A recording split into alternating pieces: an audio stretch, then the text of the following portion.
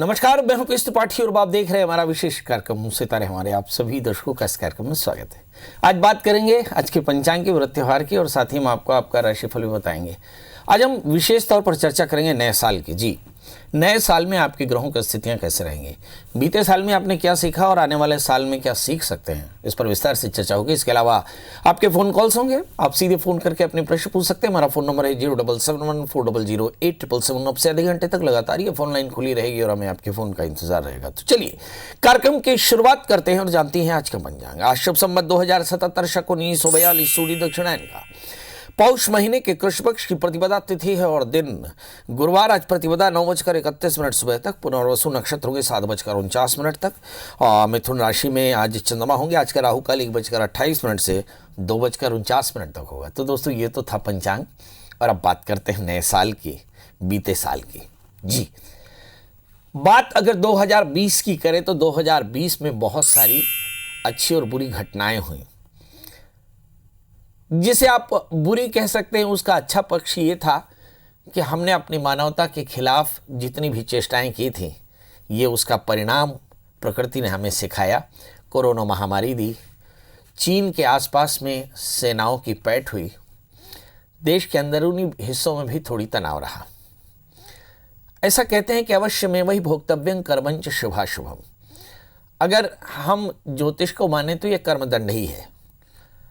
तो अब सवाल ये उठता है कि बीते 2020 ने कुछ सिखाया है और 2021 में कुछ हम सीखने को राजी हैं।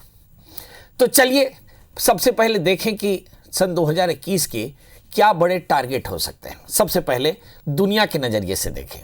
दुनिया के नज़रिए से देखें तो ऐसा लगता है कि काल पुरुष के ग्रहों की स्थितियां कैसे रहेंगी। साल की शुरुआत में ही मंगल लग्न में होंगे। मुझे ऐसा लगता है दुनिया का मंगल होना तय है। भाग्येश बृहस्पति इस समय दशम स्थान में बैठे हैं। ऐसी स्थिति में आप ये मान लीजिए कि कहीं ना कहीं नए अवसर आपको मिलेंगे। ये आर्थिक स्थिति को भी बेहतर बनाने के लिए होंगे। और दशम स्थान में शनि बैठे हुए हैं, सत्ता को लेकर के भी कुछ बड़े आपको निर्णय दिखाई पड़ेंगे। इस समय चौथे स्थान में चंद्रमा है, कुछ आंतरिक कलह दिखाई पड़ सकता है। और आठवें स्थान में शुक्र केतु है। मुझे ऐसा लगता है कुछ आपस में झड़प भी हो सकती है। दूसरे स्थान में राहु, थोड़े से फाइनेंस को लेकर के अनसर्टेनिटी हो सकती है। चलिए, तो ये कुछ रहा कि नए साल में ऐसा लगता है कि बृहस्पति कोरोना का वैक्सीन लेकर के आएंगे। शनि की दशा में कोरोना नियंत्रित होगा, पर बड़ा प्रश्न है कब। तो बृहस्पति इस समय नीचस्थ होकर के दशम स्थान में बैठे 6 अप्रैल 2021 के बाद इस दुनिया की तासीर में, दुनिया की तबीयत में थोड़ा सा फर्क आएगा। इस बात का एकदम ध्यान रखना चाहिए। अब बात करते हैं हिंदुस्तान की। हिंदुस्तान के अगर नजरिए से देखें तो ऐसा लगता है कि कर्क लग्न और वृषभ लग्न और कर्क राशि में जन्मे हिंदुस्तान की भी कुछ तकदीर है। जी, तकदीर क्या है? तकदीर यह है कि इस समय जो ग्रहों की स्थितियां बताती हैं कि 7वें स्थान में गुरु शनि। जहाँ तक सवाल हमारी विदेश नीतियों का है, कुछ अच्छे दोस्त हमें मिलेंगे और हमारे दोस्तों का सहयोग मिलेगा। जहाँ तक सवाल मंगल का है, मंगल दशम स्थान में बैठे हैं। सियासत थोड़ी सी गर्म मगर बहुत स्थायी रहेगी। जहाँ तक सवाल अवसरों का है, मुझे ऐसा लगता है कि अवसर भी देश में बहुत ज़्यादा होंगे।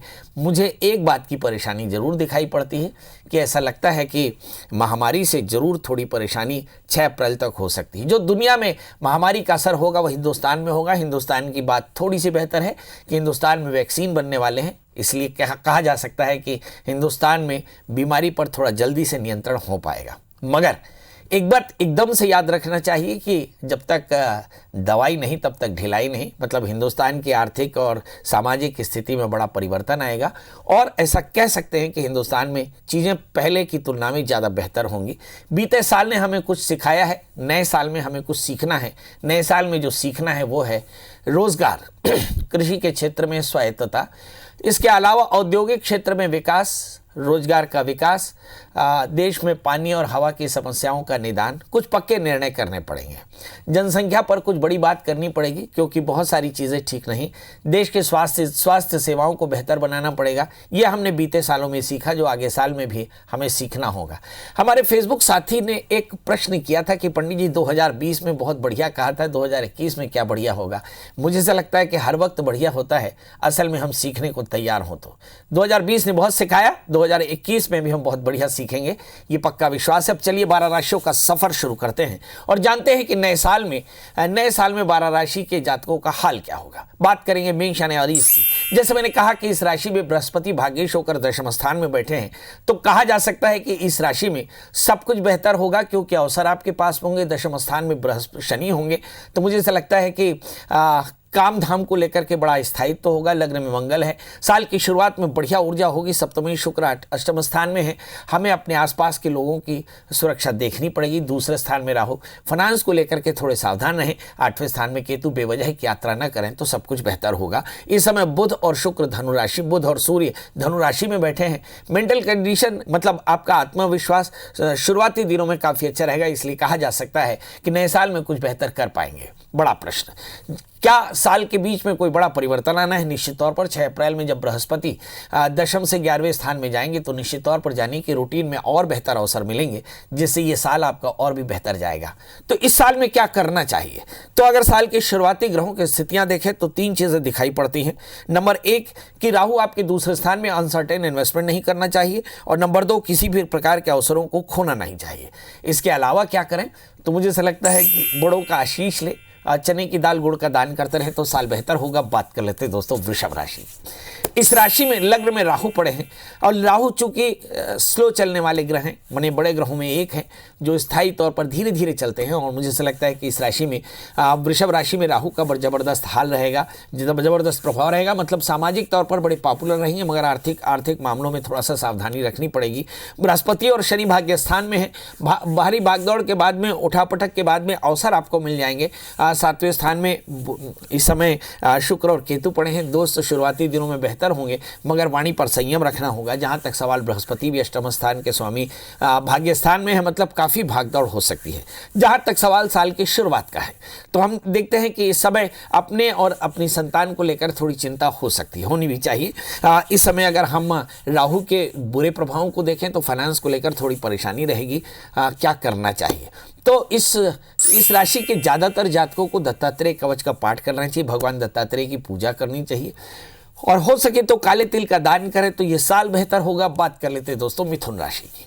मिथुन राशि में हम देखें कि राहु 12वें स्थान में बैठे हैं, यानी कुछ आकस्मिक हानि की संभावनाएं बन सकती है।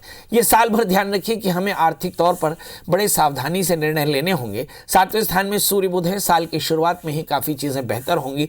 मंगल 11वें स्थान में, बढ़िया शानदार ऊर्जा होगी और शानदार प्रयास होगा। मगर याद रखिए कि बृहस्पति और शनि 8वें स्थान में है। यहाँ पे लाइफ पार्टनर की सेहत, वर्क प्लेस में थोड़ी सी परेशानी, बॉसेस की नाराजगी, पिता का स्वास्थ्य और आपके खुद के पेट की तकलीफें आपके लिए पैनिक हो सकती हैं। क्या करना चाहिए? एकदम बहुत सावधानी से आप अपने हेल्थ का ध्यान रखें, अपने लाइफ पार्टनर के हेल्थ का ध्यान रखें। चूँकि शुक्र और केतु 6ठे स्थान में बैठे हैं, इसलिए संतान की सेहत का भी ध्यान रखना चाहिए। इस राशि में भी क्या करना चाहिए? तो चूँकि इस राशि में राहु 12वें स्थान में है, तो इस राशि के जातकों को भी कोशिश करके दत्तात्रेय कवच का नित्य पाठ करना चाहिए, भगवान दत्तात्रेय की पूजा करनी चाहिए, भगवान शिव की उपासना करनी चाहिए, काले तिलों का दान करना चाहिए। ये इनके लिए बेहतर होगा। बात कर लेते हैं दोस्तों कर्क यानी कैंसर की। इस राशि में हम देखें तो मंगल जो है वो आपके दशम स्थान में है, मतलब आपके वर्क प्लेस में साल की शुरुआत में कोई बड़ी परेशानी नहीं आने वाली, क्योंकि हमारी यूथ के सामने एक बड़ी परेशानी रोजगार की भी हो सकती है, क्योंकि परिस्थितियां थोड़ी सी विपरीत हुई थी। वैसे देश में रोजगार की स्थिति पहले से बेहतर है। 7वें स्थान में गुरु शनि है, मुझे ऐसा लगता है यूरिन इन्फेक्शन की संभावनाएं बन सकती हैं, पेट की तकलीफ हो सकती है, लाइफ पार्टनर की सेहत को लेकर थोड़ी सावधानी रखनी पड़ेगी। जहां तक सवाल सूर्य बुध का है तो हम देखते हैं तृतीय 6ठे स्थान में है। साल की शुरुआत में थोड़ा सा आत्मबल कम होगा, प्रयास करने से सब कुछ बेहतर होगा। याद रखिए कि मंगल आपके दशम स्थान में है। साल की शुरुआत में जहाँ मनोबल कमजोर है वहाँ पर आपकी सत्ता का सहयोग बहुत बढ़िया है, यानी बड़ों का सहयोग आपके लिए बेहतर है। तो इस साल में आप ऐसा मान सकते हैं कि साल में कुछ बढ़िया कारगुजारी कर दिखाएंगे। मगर एक परेशानी है, जब बृहस्पति 8वें स्थान में आएंगे तो कुछ अवसर चूक जाने से या फिर कुछ लोगों को कॉन्स्टिपेशन या कुछ लोगों की कमर दर्द की शिकायत हो सकती है। इस समय क्या करना चाहिए? तब 6 अप्रैल के बाद में आपको बृहस्पति के मंत्र का जप करना चाहिए और काले तिल का दान करना चाहिए। याद रखिए कि इस समय 11वें स्थान में राहु भी हैं। आय की स्थिति बढ़िया होगी, कुछ जायज और कुछ नाजायज तरीकों से भी कमाई हो सकती है। याद रखिए धर्मार्थ संजायते अर्थः, कमाई के मामलों में आप जायज रास्तों को ही चुनिएगा, इससे काफ़ी बेहतर होगा। क्या करना चाहिए? तो आपको चाहिए कि आप बृहस्पति के मंत्र का जप करें, बड़ों का आशीष लें, चने की दाल और गुड़ का दान करें तो ये साल बेहतर होगा। अब बात कर लेते हैं दोस्तों सिंह यानी लियो की, जिसके स्वामी धनु राशि में बैठे बुध के साथ में। तो इस राशि में हम देखें कि सब कुछ बेहतर है, मेंटल कंडीशन आपकी बहुत बढ़िया है। इस समय अगर हम शुक्र और केतु को देखें तो शुक्र और केतु इस समय वृश्चिक राशि में होकर बैठे, मतलब हो सकता है भूमि वाहन मकान के योग भी बढ़िया बने। दशम स्थान में राहु, वर्क प्लेस में आपको सावधान रहना पड़ेगा। जहां तक सवाल मंगल का है, मंगल भाग्य स्थान में है। साल की शुरुआत में ही नौकरी और दूसरे इतर अवसर मिलेंगे जिससे आपका मन खुश रहेगा। बड़ी बात, सप्तमेश 6ठे स्थान में है और पंचमेश भी 6ठे स्थान में है। लाइफ पार्टनर और बच्चों की सेहत का एकदम ध्यान रखना होगा इस राशि में। और क्या खास बात है? मुझे ऐसा लगता है कि और खास बात यह है कि इस समय राहु दशम स्थान में है। पूरी शिद्दत से आप अपनी नौकरी पर सावधान रहिएगा। बॉसेस के नज़रिए पर थोड़ा सा वजन डालिएगा और अपने पिता के स्वास्थ्य को लेकर सावधान रहिएगा। क्या करना चाहिए? तो इस राशि में हम देखें कि जो भाग्येश है वो भाग्येश मंगल है। तो मुझे ऐसा लगता है हनुमान जी का दर्शन करना, हनुमान चालीसा का पाठ करना और गुड़ का दान करना ये आपके लिए श्रेयस्कर होगा। बात कर लेते हैं दोस्तों कन्या राशि की। कन्या राशि में भी इस साल में बहुत कुछ है। कहने को है कि भाग्यस्थान में राहु पड़े हैं, लगातार उलझने बनी रहेंगे। ये मेरी भी राशि है और हमारे बहुत सारे दर्शकों की भी राशि है। तो इस राशि में उलझनों के लिए तैयार रहना होगा। तीसरे स्थान में शुक्र केतु है, आपका टैलेंट बहुत काम आएगा। इस राशि में हम देखते हैं कि चौथे स्थान में सूर्य बुध है। शुरुआत के दिनों में सामाजिक प्रतिष्ठा बहुत बेहतर रहेगी। 5वें स्थान में शनि बैठे हैं।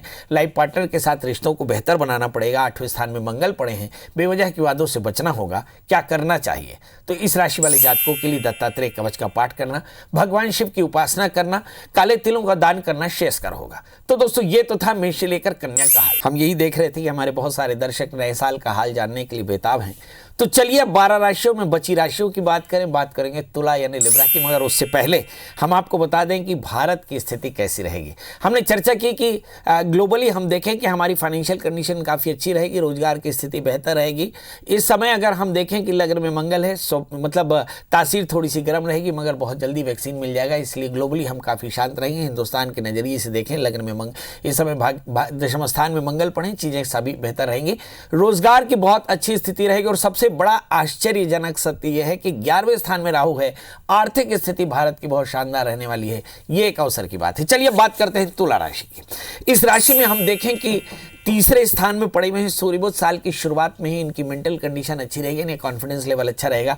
ये तभी होगा जब पारिवारिक या सामाजिक या आपकी आर्थिक स्थितियां बेहतर होगी। मतलब तुला राशि वाले जातक काफी बेहतर महसूस करेंगे। चौथे स्थान में गुरु शनि है। भूमि वाहन मकान के योग बन सकते हैं। इस समय 7वें स्थान में मंगल। लाइफ पार्टनर या फिर एसोसिएट्स का आपको काफी साथ मिलने वाला है। इस समय अगर आप 8वें स्थान में राहु तो बेवजह की बातों से 2-4 होना पड़ सकता है। क्या करना चाहिए? चूंकि 8वें स्थान में राहु है, शास्त्र में लिखा कि सर्वेषां अविरोधेन ब्रह्म कर्म समारभेत। कोशिश करें आप अपने जीवन में निर्विघ्न रहें। और याद रखें 8वें स्थान में राहु के कारण कुछ अपने छोड़ सकते हैं और कुछ परायों से बड़ी इज्जत मिलेगी। इसलिए लिखा है मुहूर्त चमत्कार चिंतामणि में कि जब कभी अष्टमस्थ राहु तो जातक को पेट की तकलीफ और राज्य सरकार और पंडितों और विद्वानों और आचार्यों के द्वारा सम्मान मिलेगा। मतलब एक तरफ राजकीय सम्मान मिलेगा और दूसरी तरफ से थोड़ी सी परेशानी उलझने हो सकती हैं। लिटिगेशन से बचकर रहिएगा। करना क्या चाहिए? तो 8वें स्थान में राहु है। भावी इमेज कहीं त्रिपुरारी। कोशिश करें इन्वेस्टमेंट बड़ी सावधानी से करें। शॉर्ट टर्म इन्वेस्टमेंट बिल्कुल ना करें। गाड़ी चलाते समय सावधान रहें और कोशिश करके भगवान शिव की आराधना करें। ओम नमः शिवाय इस मंत्र जप करें तो कल्याण होगा। अब बात कर लेते हैं दोस्तों वृश्चिक राशि की। इस राशि का संबंध भारत के मुस्तकबिल से है जी। तो इस राशि का भाग्य बड़े अच्छे से सुनिएगा। लग्न में शुक्र केतु है। साल की शुरुआत में ही थोड़ा तनाव रहेगा। तीसरे स्थान में गुरु के साथ में शनि है। योजनाएं सफल होती नजर आएंगी। इस समय 6ठे स्थान में मंगल है। शत्रु पक्ष भारी होगा, मगर शत्रु पक्ष पर विजय पाने का सामर्थ्य आप में होगा। इस समय अगर हम राहु को 7वें स्थान में देखें, कुछ अपने आप को छोड़ जा सकते हैं। कुछ लोगों से चीटिंग की संभावनाएं हो सकती हैं। मतलब आप अपने एसोसिएट से परेशान हो सकते हैं। इस राशि वाले जातकों के लिए मोटे तौर पर आर्थिक स्थिति कैसी रहेगी? आर्थिक स्थिति बहुत बेहतर रहेगी।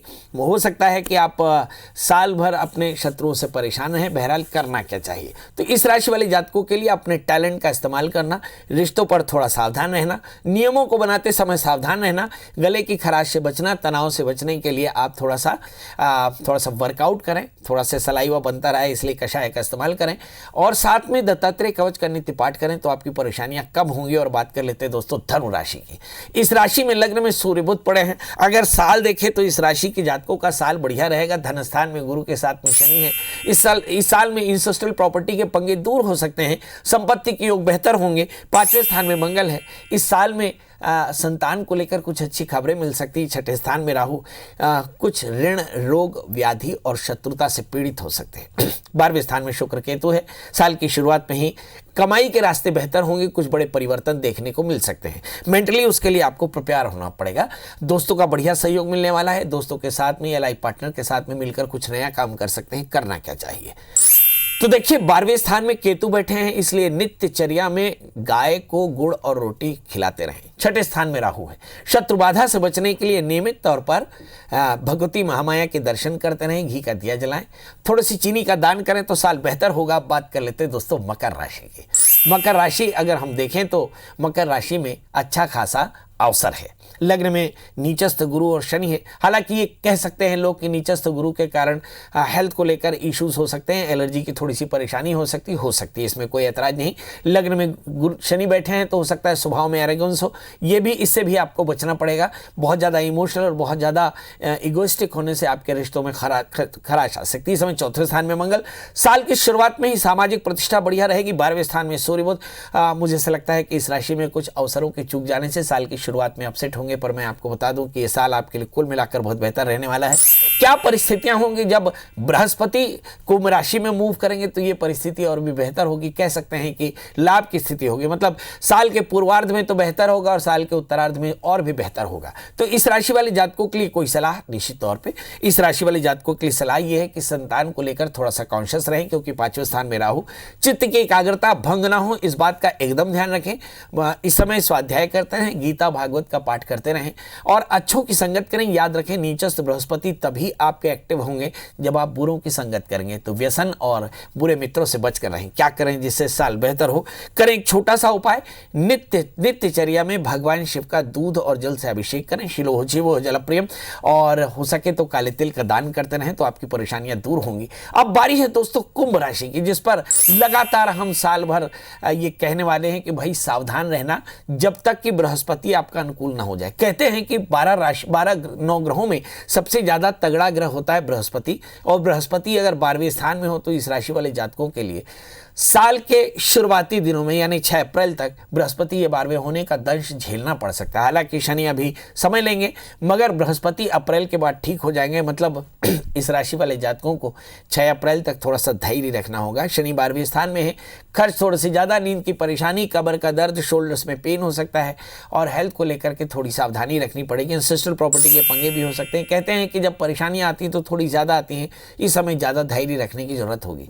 तो क्या सारे ग्रह खराब हैं? कहा कुछ नहीं, केवल गुरु और शनि से आपको सावधान रहना है। राहु 4थे स्थान में, अपने घर के बुजुर्गों की सेहत का एकदम ध्यान रखिएगा।